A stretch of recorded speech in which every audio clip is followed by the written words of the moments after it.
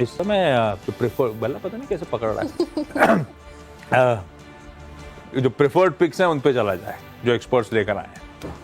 सतपुते साहब लाइए स्क्रीन पे जरा। आज सुबह का सेल कॉल, आज वैसे सेल कॉल सबके सटीक पड़े थे, रियल एस्टेट और आईटी के सेल कॉल से सबके लार्जली पैनल के, और सब टारगेट अचीव हुए। सतपुते साहब का था केपीआईटी टेक्नोलॉजी, सतपुते साहब है ना सुबह का टॉप कॉल।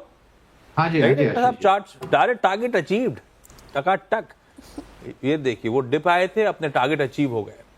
सतपुते साहब केपीआईटी में बाद में रिविजिट करता हूं, अब तो धीरे धीरे रिकवरी के मोड पे आ रहा है तो जान लेंगे, लेकिन अपने टारगेट सेल साइड के अचीव होते हुए। थैंक यू उस बढ़िया से कॉल के लिए। दोपहर का बढ़िया आइडिया कौन सा?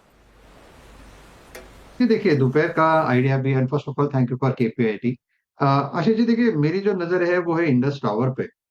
इसका स्ट्रक्चर भी कुछ स्लो एंड स्टेडीली वीक ही हो रहा है। इनफैक्ट जो डेली चार्ट है वहां पे फ्लैग फॉर्मेशन का ब्रेकडाउन है।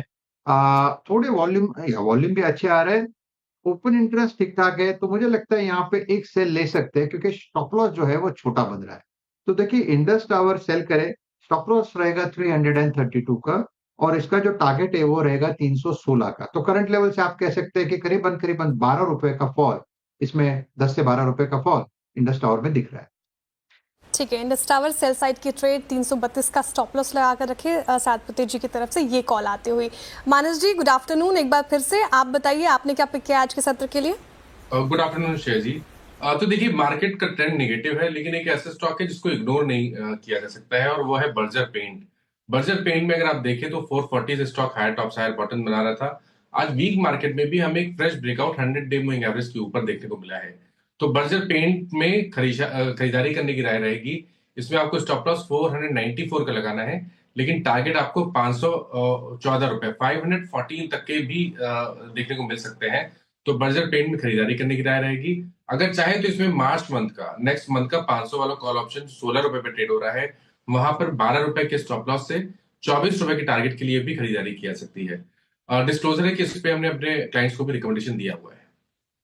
क्या है, निफ्टी बैंक पे सेल साइड के कॉल्स हैं, लेकिन स्टॉक स्पेसिफिक तेजी के मौके हैं, जिनमें से एक बर्जर पेंट्स आपकी स्क्रीन पे। खरीदारी करने के मौके चाहे तो 500 का कॉल भी बर्जर का लिया जा सकता है, मार्च महीने वाला ध्यान रखिएगा, क्योंकि अब तो एक्सपायरी सामने खड़ी है। शिल्पा जी गुड आफ्टरनून। शिल्पा जी आज का इस समय का preferred idea ma'am?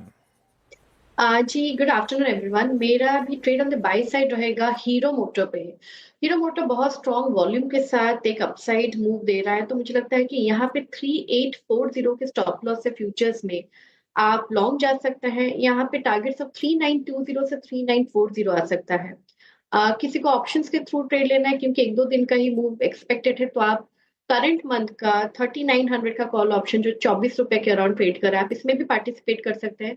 Stop loss आप 16 रुपए का रखिए, और ये भी अगर व्यू सही जाए तो 32 से 35 के रेंज आपको इमीडिएटली आने चाहिए। आप देखिए एकदम डे हाई के लेवल पर कारोबार करता हुआ फ्यूचर्स में खरीदारी की राय है शिल्पा जी की तरफ से आती हुई। Prashant ji very good afternoon, आपकी पिक आज के लिए? श्रेया गुड आफ्टरनून तो पैनल और सभी दर्शकों नमस्कार। तो यहाँ पे मैं डीएलएफ में एक बिग वाली रेकमेंड करना चाहूंगा। मैं एक्सपेक्ट कर रहा हूँ कि जो स्विंग लोज बने हुए हैं वो ब्रेक हो सकते हैं, तो करीबन अभी ऑलमोस्ट 670-75 के आसपास ट्रेड कर रहा है। मेरा स्टॉप लॉस यहाँ पे होगा 688 688 स्पॉट लेवल। यहाँ से जो टारगेट में देख रहा हूँ, जैसे मैंने कहा, एक न्यू स्विंग लो 645 645 से लेकर 640 640 तक की रेंज में एक्सपेक्ट कर रहा हूँ। इंटरेस्टिंग। सुबह तो चलो सारे सेल कॉल्स थे, अभी बाय और सेल के बीच में झूलता हुआ मामला। इंडस टावर और डीएलएफ सेल रेकोज हैं, और बर्जर पेंट्स और हीरो मोटोकॉर्प खरीदारी करने का कॉल। पालविया साहब का डिसाइसिव मैंडेट है। पालविया साहब गुड आफ्टरनून, किस तरफ टिल्ट हो रहे हो आप?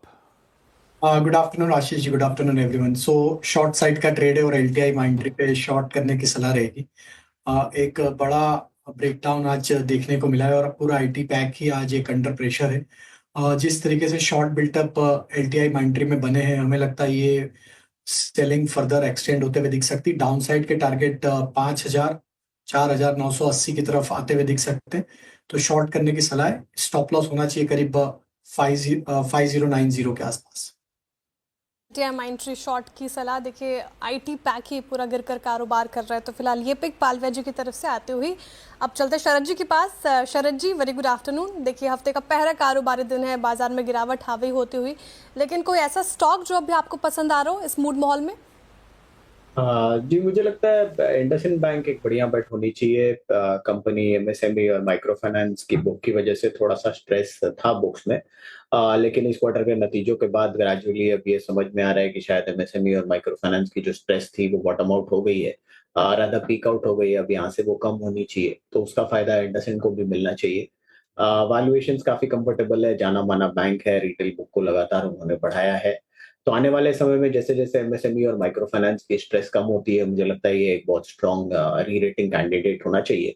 अगले साल की बुक वैल्यू पे अगर 1.5 के आसपास के भी प्राइस टू बुक मल्टीपल पे ट्रेड करता है तो लगभग 1450-1500 रुपए के लक्ष्य आते हैं। तो इंडसइंड बैंक मुझे लगता है 1 से 1.5 साल के व्यू के हिसाब से काफी बढ़िया बेट होनी चाहिए 1450-1500 रुपए के लक्ष्य के लिए।